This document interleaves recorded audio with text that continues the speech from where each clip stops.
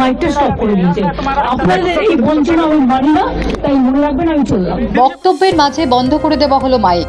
বাংলা তথা বিরোধী রাজ্যগুলোর বঞ্চনা নিয়ে সরব হতেই তার কণ্ঠরোধ হলো বলে অভিযোগ তুললেন মমতা বন্দ্যোপাধ্যায়। শনিবার নীতি আয়োগের বৈঠক বয়কট করে মাঝপথে বেরিয়ে এলেন তিনি। জানালেন তাকে বলতে দেওয়া হয়নি, মাঝপথেই বন্ধ করে দেওয়া হয়েছে তার মাইক। নীতি আয়োগের বৈঠক বয়কট মমতা বন্দ্যোপাধ্যায়ের।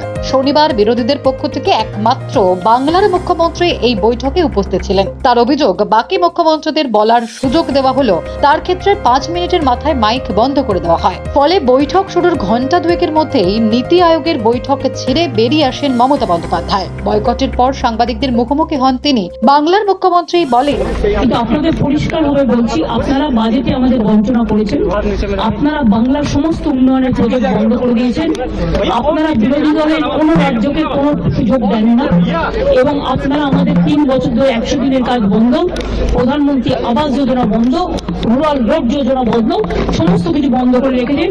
এমনকি ফুড সাবসিডি পর্যন্ত দেননি। আমরা 1,71,000 কোটি টাকা পাই লাস্ট ইয়ার পর্যন্ত। এই বাজেটেও কিছু নেই, শুধু জিরো। এইটুকু বলার সাথে সাথেই আমার মাইকটা স্টপ করে দিয়েছেন। আমি বললাম, why you discriminate, why you stop me? I am only attending. You should be happy for that.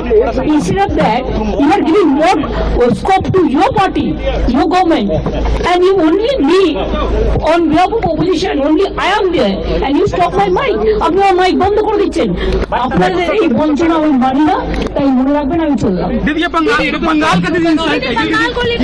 বাংলার का नहीं, सब রিজিওনাল পার্টি का इंसल्ट। নীতি আয়োগের বৈঠক বয়কট করে বেরিয়ে এসেছি। আমার বক্তব্যের 5 মিনিটের মাথায় মাইক বন্ধ করে দেওয়া হয়, এটা অপমানজনক। বিরোধীদের পক্ষ থেকে একমাত্র মুখ্যমন্ত্রী হিসেবে আমি উপস্থিত ছিলাম। বাংলা তথা সমস্ত বিরোধী রাজ্যগুলোর বঞ্চনার বিরুদ্ধে সরব হয়েছিলাম, কিন্তু আমার কণ্ঠ রোধ করা হলো, তাই এই ধরনের কোনো বৈঠকে আর অংশ নেব না। দিল্লি থেকে ফিরে কলকাতা বিমানবন্দরে সাংবাদিকদের মুখোমুখি মুখ্যমন্ত্রী মমতা বন্দ্যোপাধ্যায় এই ঘটনা নিয়ে বক্তব্য রাখলেন। তিনি বলেন, পিছিয়ে দেয়া আছে, ভুটানেরটা দেয়া ছিল না, তাই আমি বলেছি একটা ইন্দো ভুটান বাংলার এই ব্যাপারটা নিয়ে নর্থ বেঙ্গলের একটা হওয়া উচিত।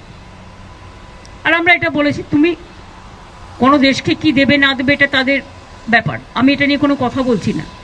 কিন্তু যে state is the stakeholders, তাদের কাছে কথা বলবে না, তাদের কাছে কনসাল্ট করবে না।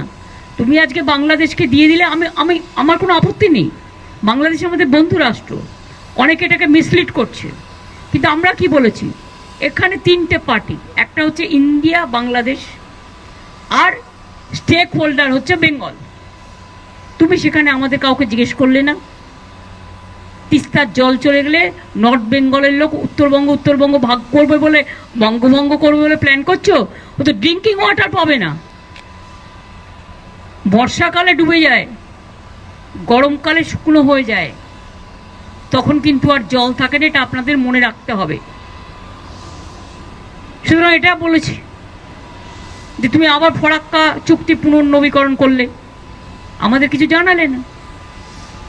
ফরাক্কা যখন প্রথম হয় দেবগৌড়াজির সময় 97 সম্ভবত, তখন 700 কোটি টাকার একটা প্রজেক্ট বেঙ্গলকে দেওয়ার কথা ছিল এই চুক্তির বদলে, যাতে মুর্শিদাবাদ মালদায় যে ইরোশনটা হয়, গঙ্গা ইরোশন, সেটাকে স্টপ করার জন্য কিছু কাজ করবার জন্য। রোজ রোজ যে গঙ্গার ফরাক্কা তো শুকিয়ে গেছে, ড্রেজিং পর্যন্ত হয় না, ডিবিসি শুকিয়ে যাচ্ছে, ফলে জলটা চলে আসছে ফ্লাডেড হয়ে। এখনো 4 লক্ষ কিউসেক মেট্রিক টন ডিবিসি বেশি জল ধরতে পারে। কিন্তু যেহেতু বছরের পর বছর, এই 10, 12, 14 বছর কোনো রকম ড্রেজিং হয়নি, ফলে অল্প বৃষ্টিতেই ওটা ফ্লাডেড হয়ে যাচ্ছে। তখন জলটা কোথায় আসছে? বাঁকুড়া, বীরভূম, বর্ধমান, হাওড়া, হুগলি। তা এগুলো দেখতে হবে না? যেখানে আমার স্কোপ আছে। তাও তো আমরা প্রায় 5.5 লাখ পুকুর কেটে এখন অনেকটা জল এই পুকুরগুলো অ্যাবজর্ব করে। অনেকটা সংখ্যক আমরা চেষ্টা করেছি সায়েন্টিফিকভাবে নেচার দিয়ে অ্যাডজাস্ট করবার। কিন্তু ডিভিসিটা তো ড্যামের জলাধারে, যেখানে অনেক জল ধরতে পারে, সেটা যদি তোমরা ড্রেজিংও না করো, যেমন ক্যালকাটা পোর্টটাকে শেষ করে দেওয়া হয়েছে, ড্রেজিংই করে না। সুতরাং এই কথাগুলো বলতে যাওয়া কি অপরাধ আমি জানি না। যদি বলতেই না দেবে, আর অপোজিশন থেকে আমি মাত্র একা গেছি, ওদের উচিত ছিল আমাকে আধ ঘন্টা অ্যালাউ করা। আর আমি এত অনুপযুক্ত লোক নই যে আমি আমার টাইম মেনটেন করব না। বক্তৃতার প্রথমে শুরুতে রাজনাথজি বলেছিলেন 5 to 7 মিনিটস, তা তুমি আমাকে 7 মিনিটসও করতে দিলে না। 7 মিনিটস করতে দিলেও আমি বাদ বাকিটা বলে দিতাম। তুমি তোমার বেলায় 20 মিনিট, তোমাদের বেলায় স্পেশাল প্যাকেজ, স্পেশাল প্রিভিলেজ, আর অন্যদের বেলায় 0। এটা তো কখনো পূর্ণ হতে পারে না। তাই আমি বয়কট করে ঠিক করেছি, বাংলার মানুষের সম্মান আমি মাথা নত করতে দিইনি। বাংলার বঞ্চনা মানছি না, মানব না। এবং অন্যান্য অপোজিশন পার্টিও যারা আছে বিভিন্ন জায়গায় সরকার চালাচ্ছে, বঞ্চিত হচ্ছে, তাদের প্রতিও আমাদের টোটাল সলিডারিটি আছে। हिंदी में मैंने बता दिया दिल्ली में।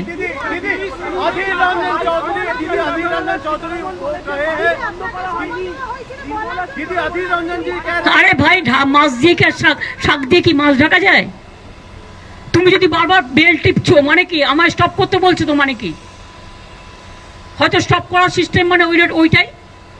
আমি বলছি আর তুমি বারবার কারো বেলা তো বেল টেপোনি, বারবার তুমি বেল টেপে বলছো স্টপ ইট। তো স্টপ ইট মানেটা কি?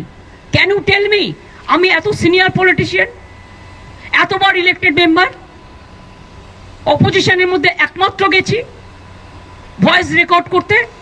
তোমাদের কোথায় ক্রেডিট দেওয়া উচিত ছিল?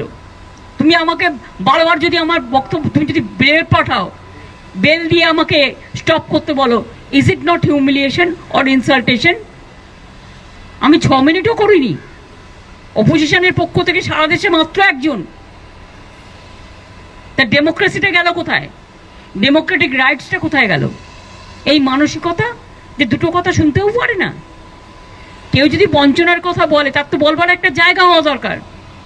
যেখানে কেউ যায়নি, আমি সবার হয়ে বলতে চেয়েছিলাম, যতটা পেরেছি বলেছি। সবার হয়ে বলার পরে বাংলার হয়ে বলতে শুরু করেছিলাম,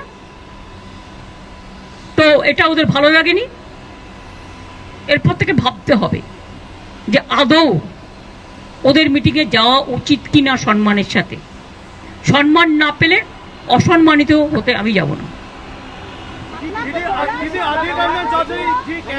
छोड़ो तो कौन है बात कहते हैं, छोड़ो।